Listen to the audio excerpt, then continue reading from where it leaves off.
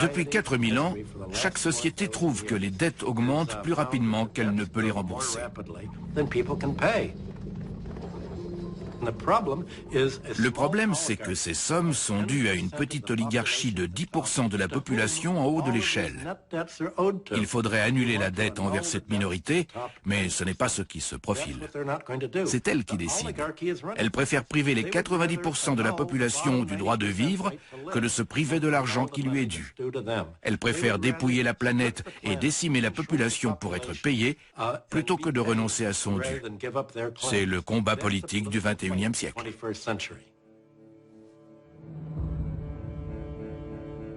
À Wall Street, j'ai travaillé comme économiste spécialisé dans la balance des paiements pour la banque Chase Manhattan dans les années 60. Ma première mission était de calculer le montant de la dette que les pays du tiers-monde pouvaient rembourser.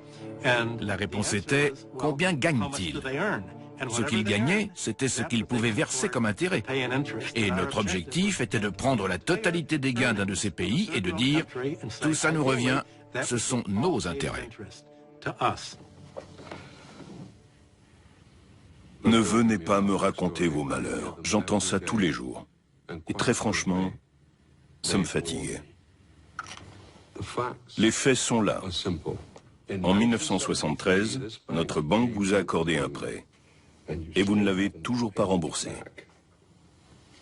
D'accord, vous avez reversé la somme prêtée, mais pas les intérêts, qui à ce jour s'élèvent à 9 fois le montant initial. 9 fois. Alors il faut vous secouer. Les temps sont durs. On doit tous faire des efforts. Et inutile de me regarder comme ça. Nous sommes une banque, pas une œuvre de charité.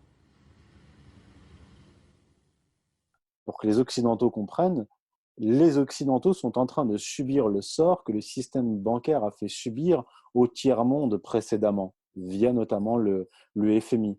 Les recettes du FMI, quand je dis recettes, c'est dans le sens d'agenda, l'agenda préconisé par le FMI, qui est en fait un relais du système bancaire, est exactement le même pour l'Occident qu'il a été pour le tiers-monde. Ce qu'ils ont fait en Asie du Sud-Est, ce qu'ils ont fait en Amérique du Sud, ils sont en train de le faire. En fait, ils ont plumé, ils ont appauvri des pans entiers de l'humanité, et maintenant, ils sont en train de s'attaquer à l'Europe, à l'Occident, à commencer notamment il y a une dizaine d'années par la Grèce. Vous voyez, c'est exactement le même processus. C'est-à-dire, comme dans certains pays pauvres, vous allez avoir, en tout cas c'est le projet bancaire, vous allez avoir une masse de gens très pauvres et une minorité de gens très riches. Donc ils vont vivre dans des ghettos riches, ultra surveillés avec des caméras de surveillance.